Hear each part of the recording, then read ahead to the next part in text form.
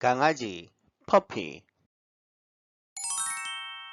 How to say puppy in your country? Please leave it in the comments. For example, 강아지 in Korea.